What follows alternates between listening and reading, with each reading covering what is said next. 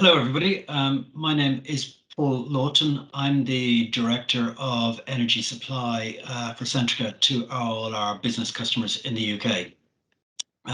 Should start by saying thank you very much for the opportunity to speak to you as a part of your business school career development exhibition. I hope you're all keeping well and are suitably excited or psyched at the prospect of moving from the world of education to the world of work at some point in the very near future. So I understand the theme of this year's event is the future of work. Great theme. I'm not sure anybody has a clear view or the right answer to this in this crazy world that we find ourselves at the moment, but I will happily share some personal views in a few minutes. But hey, first up, I was asked to give a very short career summary and intro to the part of Centrica that I work within. I could probably condense my career into four very kind of short chapters or kind of bullets. One, I went to school in Dublin, Ireland, and then studied marketing at Manchester. I was not terribly academic.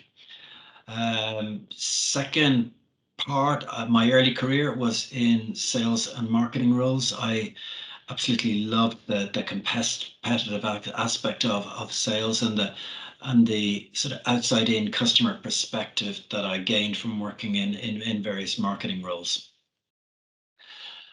My first senior roles were at TalkTalk, running their business to business division when broadband first took off, and then at O2 Telefonica when the mobile market realized that data and applications online were key to staying ahead in a competitive market, maybe more than the phone hardware or the mobile network itself.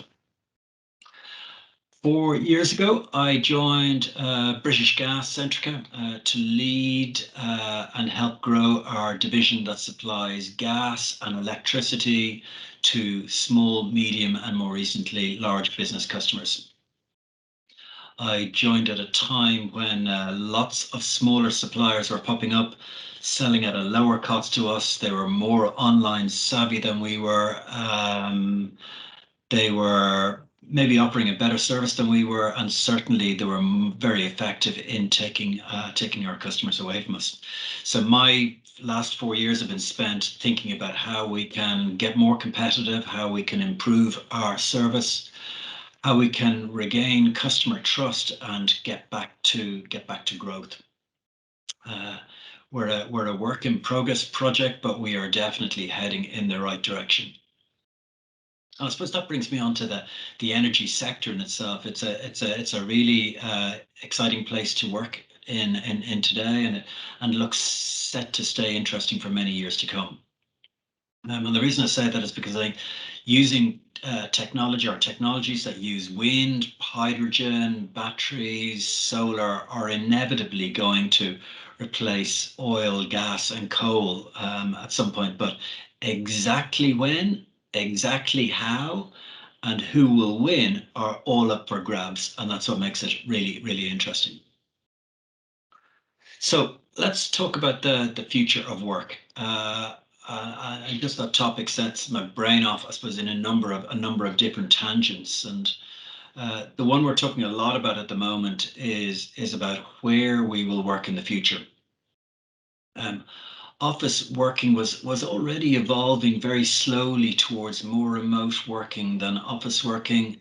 But in the last 12 months, it's highlighted that companies offer, on one hand, remote working opens up a much bigger talent pool.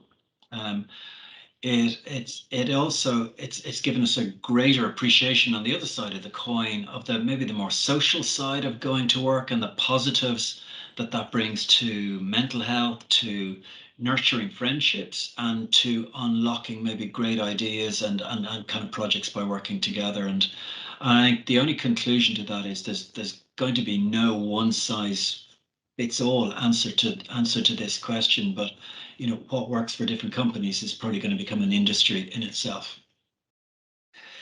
Second tangent, I suppose, is how we will work in the future. And this I will confess, has always interested me, mainly because technology is going to play and has played a huge part in this. I'm just about old enough to remember when internal mail was sent in envelopes between private offices. That was then replaced, I suppose, by fax machines, which was then replaced by email. Then mobile phones came along. Then conference calling became a thing. Now video meetings are where it's at, and who knows what's coming next. But I really hope your generation will bring new ways of sharing ideas, holding meetings, or managing projects. And there's no doubt, kind of, using collaboration apps and bringing devices is going to just change massively.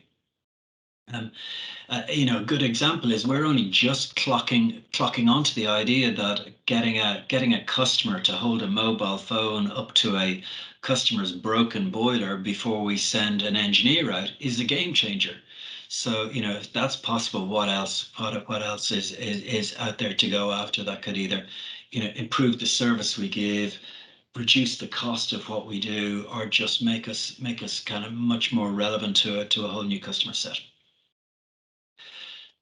Third tangent, I suppose, is kind of who we will work with in the future. And this is where, interestingly, the Year in Industry scheme that we've been in partnership with the Leicester Business School has played a really big part. And I say that because we're really clear that the more diverse our workforce is, the better we will represent our customers, whether that be by race, by gender, by age, by skill set or mindset. We're already a company that is made up of engineers, apprentices, commercial ninjas, creative types, customer facing helpers, and back office supporters. But what we are missing, or what we were missing in Leicester in many ways, was that commercial marketing, business minded graduate type with a millennial or a Generation Z mindset. And we'll give a big call out. You've really helped us to kind of rebalance and fix that one, and I hope you will continue to too. And the last area, that's one I don't have an answer to, is kind of what work we will do in the future. And I say that because who knows what kind of robots might do in some industries, what AI might do in most industries in terms of doing. But I'm very conscious that my father's generation wanted to work for in one organization for a long career and maybe make it to CEO at some point. My generation seems more motivated by startups and entrepreneurial working environments.